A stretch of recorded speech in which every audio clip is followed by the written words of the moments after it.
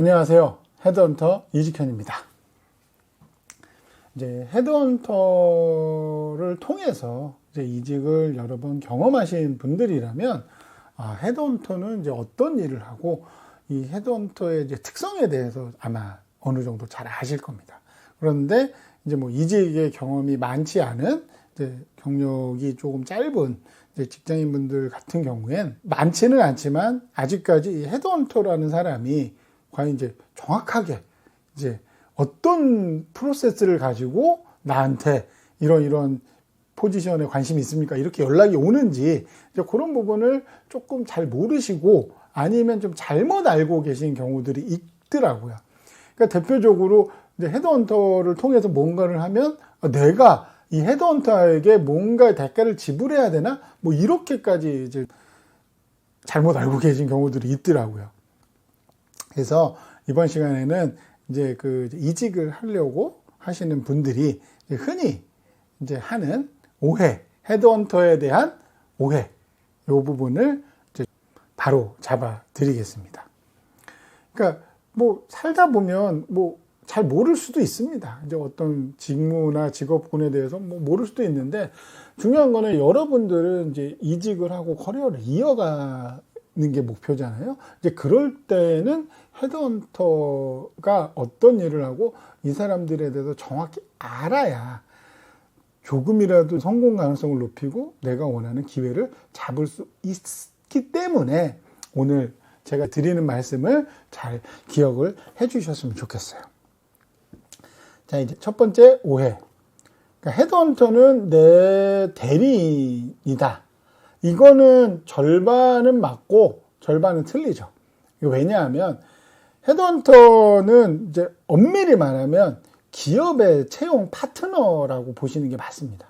그러니까 저 같은 경우 이제 어떤 기업과 인재 추천 서비스 계약을 맺고 이제 뭐 요율이나 수수료 이런 걸 다 정한 다음에 이제 그쪽에서 이러이러한 사람을 찾아주세요라고 이제 의뢰가 오면 그게 맞는 사람을 이제 추천을 해서 이제 입사시키는 게 일인 거죠. 그러니까 기업 입장에서 헤드헌터에게 이제 의뢰를 하고 수수료를 지급하는 건 자기들이 원하는 사람을 직접 찾기도 하지만 좀 더 이제 좀 전문적인 역량을 가진 이런 서치펌 헤드헌터에게 의뢰를 해서 이제 마음에 드는 사람을 뽑으려고 하는 거예요. 그러니까 결국엔 헤드헌터는 엄밀히 말하면 약간 기업 쪽에서 일을 하는 사람이 맞죠. 근데 그렇다고 해서 지원자 쪽을 무시를 하느냐? 그러면 일이 되겠습니까? 아무것도 안 되죠. 지원자와 회사와의 중간에서 중재를 잘하는 사람, 그래서 이직을 성사를 많이 시키는 사람, 원하는 이직이겠죠. 그거를 잘하는 게 진짜 이제 헤드헌터의 능력이 되는 거죠. 그러니까 제가 예전에 이제 진행을 했었는데 이분 같은 경우는 뭐 스펙도 좋고 또 경력 연수도 이제 채용기업에서 원하는 딱 그 정도 연차, 나이도 맞고, 그러니까 조건이 외부적인 조건은 되게 잘 맞았어요. 그래서 저도 이제 그분에게 제안을 했고 그분도 이제 진행을 했는데 이제 그분 같은 경우는 이제 솔직히 이제 희망연봉 같은 경우도 처음에 이제 이야기를 하는데 처음에는 뭐 그렇게까지 희망연봉을 높게 말씀은 안 하셨었거든요. 근데 이제 1차 면접을 합격을 하고 이제 2차 대표 면접까지 패스를 한 다음에 이제 그 희망연봉이 좀 많이 올라갔었어요. 그러니까 일반적인 채용기업의 산업군에 그 정도 연차인 사람이 받는 연봉보다 거의 뭐 한 30% 가까이 이제 높았죠. 꽤 많이 이제 높게 부른 거예요. 그러니까 당연히 비슷한 이제 규모의 회사로 이직을 하는 거여서 이쪽에서 이제 받아들이기는 쉽지 않았죠. 근데 솔직히 이제 그쪽 팀장이랑 본부장이 이 사람을 되게 마음에 들어 했거든요. 그래서 어지간하면 이제 좀 맞춰주려고 노력을 했는데, 이분 같은 경우는 그게 너무 확고했어요. 나는 30% 이거 아니면 안 간다. 그러니까 아예 조정이 불가능한 상태였거든요. 그래서 이제 저도 이야기를 했죠. 너무 이쪽에서 좀 움직일 룸이 많이 없기 때문에 이제 좀 만약에 이제 가실 생각이 있으면 연봉은 좀 어느 정도 좀 조율할 필요가 있을 것 같다. 이제 이 말씀을 드렸는데 이제 그분은 이제 전혀 그걸 받아들이지 않으셨죠. 그래서 어쩔 수 없이 이제 채용 기업에서는 이제 2순위 사람으로 가고 이 1순위 이분은 탈락을 했죠. 그분하고 저는 관계가 그렇게 뭐 나쁘지는 않았어요. 뭐 어차피 회사를 가고 말고는 이제 그분의 결정이기 때문에 이제 그분이 그 이후에도 이제 그분 했던 업무랑 좀 비슷한 프로젝트를 해서 생각이 나서 이제 좀 몇 번 연락을 했는데 이제 그때마다 이제 너무 높은 수준의 연봉을 요구를 하시니까 그 이후에는 아예 추천을 안 드린 적도 몇 번 있습니다. 그분한테 이야기는 했죠. 원하는 연봉을 맞출 수가 없습니다. 실제로도 그랬고요. 그래서 이제 헤드헌터는 당연히 이제 지원자분의 입장을 대변하는 것도 어느 정도 있지만 이제 기업과 이 지원자의 중간에서 조율하는 사람. 그러니까 100% 내 편은 아니다. 하지만 오해하지 말으셔야 될 게 내가 이 회사 마음에 들어서 지원했을 거 아니에요. 여기에 입사시키기 위해 나를 지원하는 사람은 맞습니다. 그 점은 오해하지 않으셨으면 좋겠어요. 자, 그리고 이제 두 번째 오해. 요거는 이제 가끔 이제 이런 경우들이 있습니다. 내가 아는 사람이 지금 이직을 준비한다. 아니면 좀 퇴사를 했다. 그래서 이 사람 이력서를 줄 테니 조금 좋은데 알아서 이렇게 좀 지원을 해달라. 뭐 이렇게 의뢰가 오는 경우도 있습니다. 그러니까 제 입장에서야 당연히 능력 있는 사람의 이력서를 갖고 있는 거는 플러스고 도움이 되죠. 근데 모든 헤드헌터가 모든 회사의 일을 다 하는 건 아니잖아요.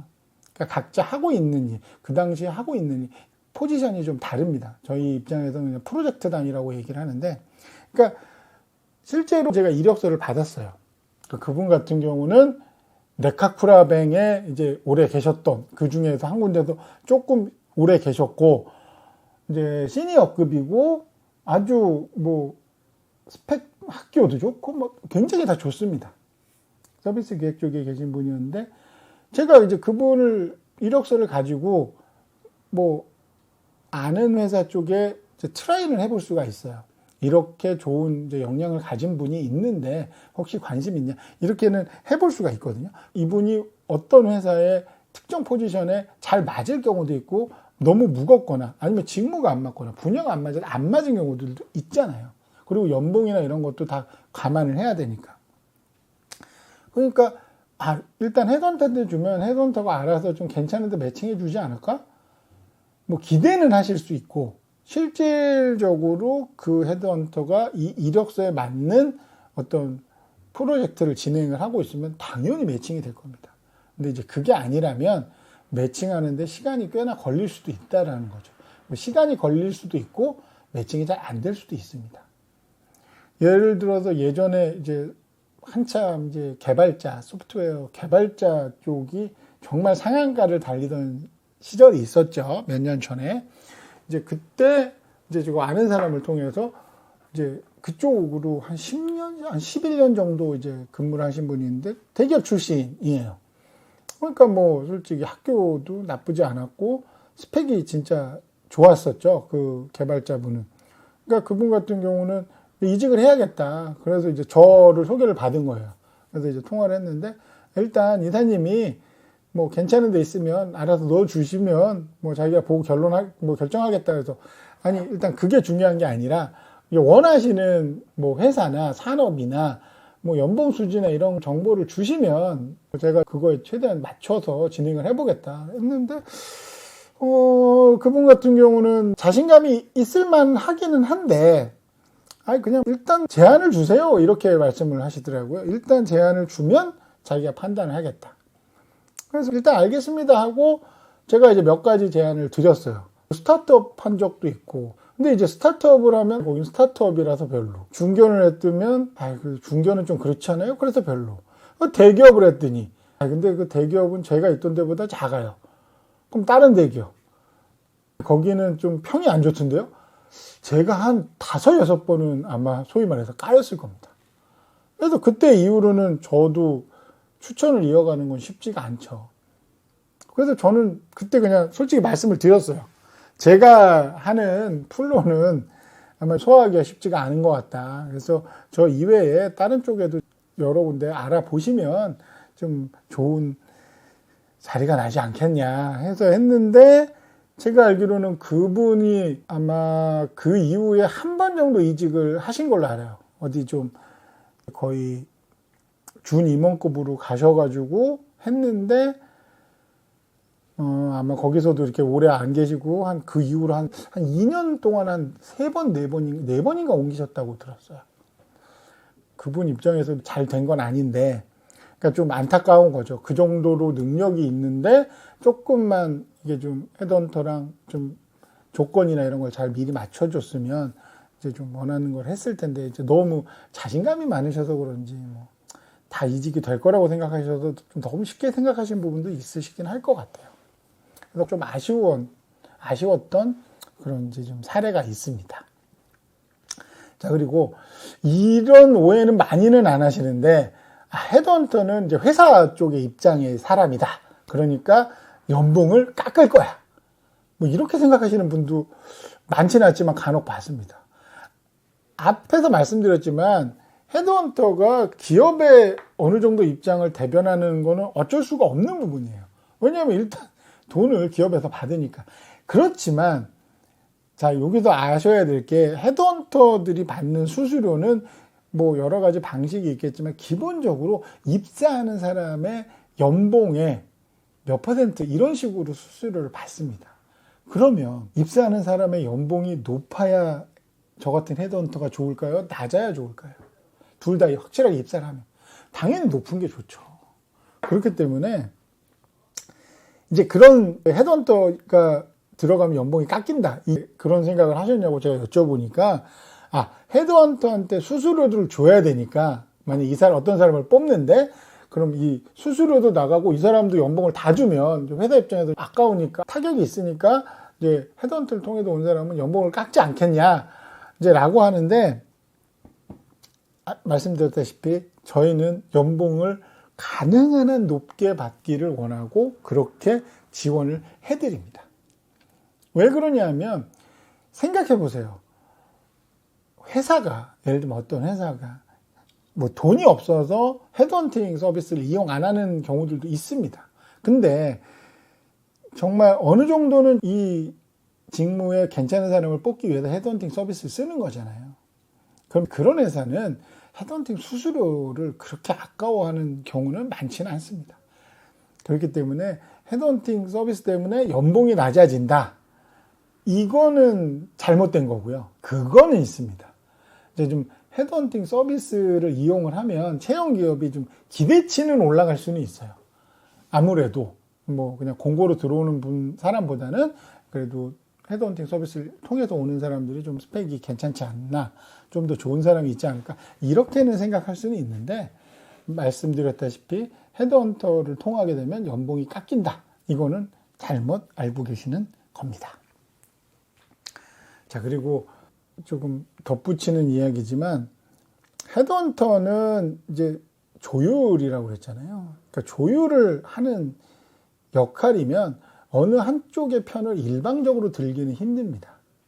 그러니까 좀 당연히 어떤 현재 일을 하고 있는 사람을 이제 다른 회사를 옮기는 그 과정을 같이 이제 도와주는 사람이잖아요. 그렇기 때문에 조율을 하는 그 한계, 한도, 그런 게 있죠. 예를 들면 지원하는 사람이 연락도 안 되고 면접 일정을 그냥 수시로 바꾸고 이러면, 이거는 도와드리거나 대변을 하는 게 아니라 어떻게 보면 회사 입장에서 이 사람은 좀 아닌 것 같아요, 그냥 이거는 접는 게 맞는 것 같습니다, 이렇게 이야기하는 경우도 있어요. 그러니까 저 같은 경우도 이제 면접 일정을 잡았는데, 그분이 이제 한 번, 원래 어느 날짜로 지정을 했어요. 그랬더니 연락이 와서, 그때는 좀 어렵게 될 것 같다, 회사에도 갑작스러운 일정이 생겨서 그 일정은 어려울 것 같고, 그럼 언제 될 것 같다. 그래서 알겠다. 그래서 이제 사측에다 양해를 하고, 이런 상황이라서 좀 수정이 변경이 가능하냐 그랬더니 일단 좀 보고 싶은 마음이 있어서 일단 변경을 했어요. 그래서 이 사람이 이제 말한 그 일정에 맞춰서 다시 이제 면접 일자를 세팅을 했는데 다시 연락이 온 거죠. 그 일정도 못 맞추겠어요. 어떻게 됐을까요? 그냥 이제 홀딩이 됐다가 그냥 유야무야 없어졌습니다. 그분 같은 경우도 뭐 그 이후에 뭐 따로 연락을 하진 않아서 어떻게 된지 모르겠지만 이게 그분의 편을 들기는 쉽지 않은 상황이었어요. 그래서 저도 이제 그쪽 회사 측에다가 이야기를 했죠. 이러이러한 상황이 돼서 이제 좀 송구하고 그냥 제 경험상 이제 이렇게까지 면접 일정을 이제 자주 그것도 급박스럽게 바꾸는 거를 보면 추후에 진행하는 것도 쉽지 않을 수 있을 것 같다. 결론은, 그러니까 결정은 회사 측에서 하시겠지만 제가 이제 봤을 때는 쉽지 않아 보인다. 그렇게 말씀드렸더니 회사 측에서도 일단 그럼 이건 접으시죠. 그래가지고 이제 그건 결국에 안 됐거든요. 그리고 그분은 다른 회사를 가셨는지는 잘 모르겠습니다. 그것처럼 헤드헌터는 기본적으로 이직을 하시려는 분의 파트너가 맞습니다. 그리고 지원군도 맞아요. 그렇지만 서로 이게 좀 합도 맞고 조금 지킬 건 지키고 서로 이제 매너 있게 하는 게 중요하잖아요. 그게 됐을 때 이제 파트너 역할을 할 수 있는 거니까요. 자, 그러니까 헤드헌터는 분명히 채용 쪽에 관련해서는 전문가가 맞습니다. 그 전문적인 지식도 있고 정말 다양한 경험도 있기 때문에 이직을 하는 사람들에게 분명히 도움이 되는 사람이에요. 그렇기 때문에 오늘 말씀드린 이렇게 잘못 알고 있는 그런 부분에 대해서 이제 좀 잘 기억을 하셨다가 이제 오늘 말씀드린 대로 실제 헤드헌터는 이런 사람이고 이런 프로세스를 거치는구나. 만약에 이제 그걸 잘 아시면 이제 헤드헌터는 여러분의 이직과 이제 커리어를 개발하는데 분명히 아주 그냥 든든한 지원자가 될 수 있을 겁니다. 오늘 이야기가 도움이 되셨다면 좋아요와 구독 부탁드리겠습니다.